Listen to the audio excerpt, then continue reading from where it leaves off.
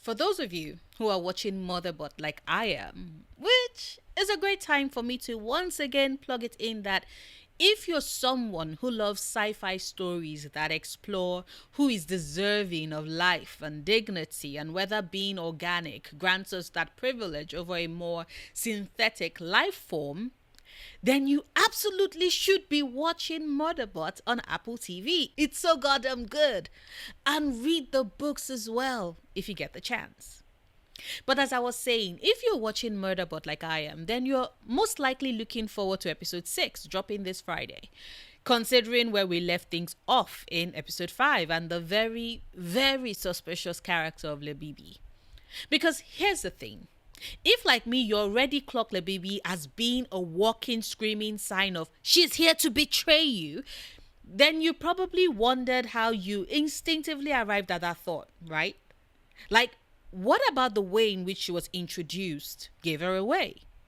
And yes, I know there are fans who are actually taking her appearance at face value, without a grain of salt, who believe that she's exactly who she claims to be and that she means preservation ox no arm, which, if you fall into that group, good for you. Thank you for confirming to me that there are people in this world who still see the good in others and in humanity. I, on the other hand, am suspicious of her ass. And for those who are maybe going to say, well, if they make her a plant who is out to get the Preservation Ox folks, then it's a bit too obvious. To them, I say, yes, that is the point. You see, Leebeebee as a character has 5 things going for her that serve as a narrative shorthand to let us, the audience, immediately clock that she is a villain. The show isn't trying to hide it, namely her suspicious appearance, her deflection, a lack of boundaries, a reenactment of the I have you now, my pretty trope, and her inordinate interest in matters that are most certainly not her business. And we'll start with the first one, which is the very obvious one, Leebeebee's introduction. Now, for those who haven't started Murderbot yet and are wary of spoilers, here is where I will give a big spoiler warning for events that happened in episode 5.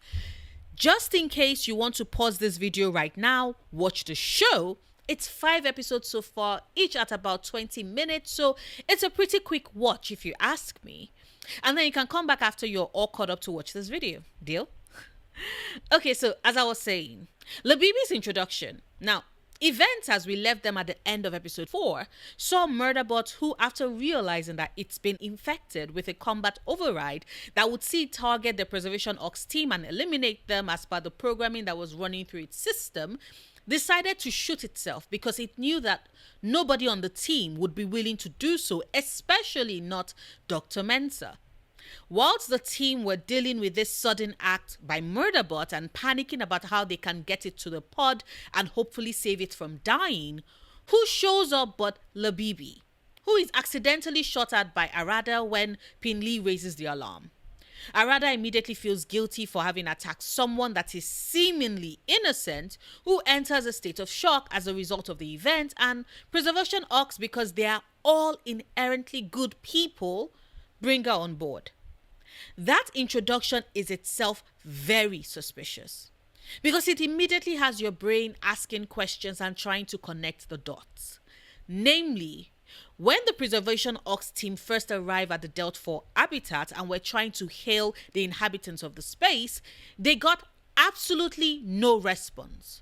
Nobody pinged them, nobody called for help. It was all dead silence. If Leebeebee truly had been with Delta 4, why didn't she respond? If your knee-jerk response to my question is that, well, she was terrified about their rogue sec unit and so was in hiding and only popped up after he had been eliminated, then why did she wait until Murderbot had taken itself out before she showed up?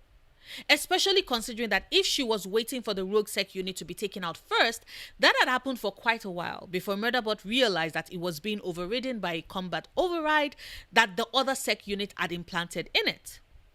Why did it feel like she waited to confirm that Murderbot did indeed kill the rest of Preservation Ox and only made her appearance when she saw that it chose instead to kill itself first rather than arm the crew?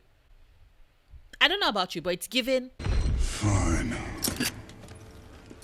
I'll do it myself. Plus, I find it very unbelievable that someone who works in laundry would be able to survive a rogue security unit. Like, come on, girl. No one is buying that. Except maybe the Preservation Ox team. My poor, gullible, darling babies.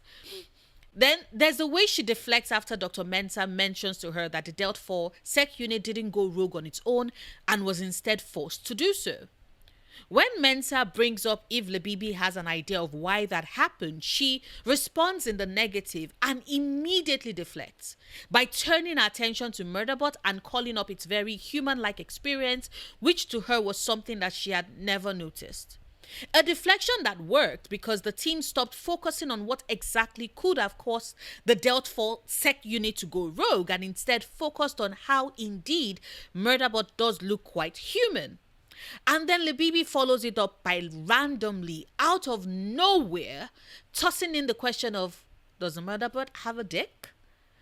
Which rightfully stuns the rest of the Preservation Ox team and makes them even more uncomfortable as she proceeds to get very explicit about what exactly she would get to experience if Murderbot did have a penis, even though they had already reiterated to her that it wasn't a comfort unit. What some could read in that scene as a random conversation of Leebeebee going off point and in her shock searching for a distraction, read as a subtle way in which she was deflecting the line of questioning off of the rest of the team as they were bringing her over to their habitat, effectively opening the doors and letting her in, just like Murderbot tells Dr. Mensah was probably how the Delt 4 team were sabotaged in the first place, lured in to let down their guards by a friendly face. But I also think the inappropriateness that was Leebeebee's chosen choice and avenue for her to deflect the line of questioning that would have led to the team being suspicious of her was a conscious choice by the writers to further paint her as a villain. And that is because it exposed a clear lack of boundaries. Something that is then directly tied to the "I have you now, my pretty" trope, but I will get to that in a bit.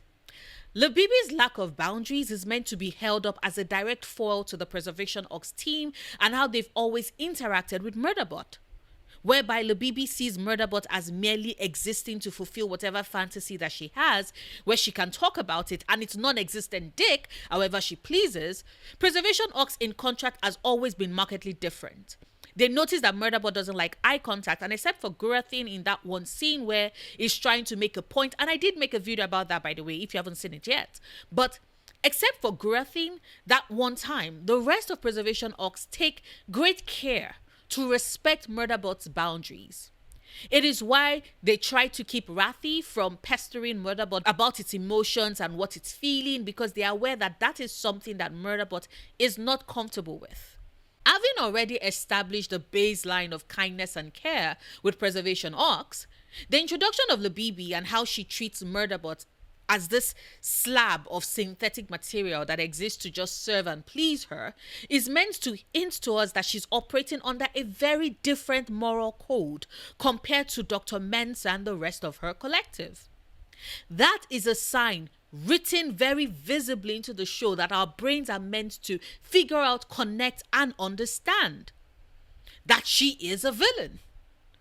And then there's the "I have you now, my pretty" trope, which is a subset of the wider sexual deviance is evil trope, because it is a common trope employed in films and shows where the villainous characters are coded that way via their almost twisted relationship with sex and sexuality that they have with other characters within the story. Leebeebee is no exception in that regard. When the duo of Dr. Mensah and Murderbot are setting off to the upper in order to try and manually set off the emergency beacon so the company can send aid as a standard procedure, Leebeebee makes her way over to Murderbot whilst the others aren't looking, and at first she sidles up to it, crowding its space and very clearly not respecting its boundaries, and then she takes it a step further by forcing a kiss on it, on Murderbot, a cyborg sec unit that could not get away or escape from her in that moment as it was still awaiting orders. That act of hers, for me, fit right in with the "I have you, my pretty" trope, which is one often employed by writers who want to show the depravity of the villain as someone who exercises power over whichever character or creatures that they have in their grasp and believe that they can be sexually untoward with by virtue of them having power over said character. It often goes from trying to touch them, unwanted kisses, sniffling, licking. The gamut runs to quite a number of acts that are easily classified as being sexual assault. Which, mind you, is exactly what Leebeebee does to Murderbot in that scene. We've already established that the units are a mix of organic and synthetic parts, but Leebeebee is shown as having disregarded all of that in order to get what she wants from a security unit that is not built that way, that is not a comfort unit. It is a power trip for her, and what absolutely sealed it for me that this girl is most certainly a villain with a third entity on the planet. And considering how she's acting, I would say she probably leads the team, the way Dr. Mensa is subtly the leader of Preservation Orcs, even though they do have a consensus. And finally, and this is honestly the most obvious point for everyone else, her interest in Gurathin's work trying to decode the survey data they had gathered. Because beyond the inordinate interest in figuring things out, the fact that for a brief moment when they were bringing Murderbot back online, she simply vanished from screen. Like, I wasn't the only one who noticed that, right? That for a while there, as they were having the initial conversation with Murderbot, she wasn't there. Leading me to ask myself, where exactly was she? What was she snooping about for? And this, of course, ties to her trying to snoop and find out about Gurathin's work, offering to help. Like, girl, please. According to your story, your ass worked in the laundry. You have an inordinate amount of interest in work that you do not have the capacity to understand according to you, given your background. So why are you sticking your nose in it? I don't know about you all, but for the first time since we started watching Murderbot, I found myself cheering for Gurathin's naturally suspicious nature, because it is clear to me that Leebeebee is there with the team to try and figure out how much of what her team doesn't want them to know that they already know, and to sabotage them while she's at it. And only Gurathin can probably help. But of course, that could just be me reading into things, because I repeat, the scene of her forcing that kiss on Murderbot made my skin crawl, and I just kept screaming, "Predator! Villain!" in my brain and onto my TV screen. But maybe you all saw something different. Please let me know in the comments. It will be interesting to see if Friday's episode proves me wrong or right. Whichever the case may be, of course, I am very excited that we're getting more Murderbot soon. Are you excited too? Hit the like button if you've watched this far and haven't done so yet. Share this video if you want. Support me on Patreon if you can.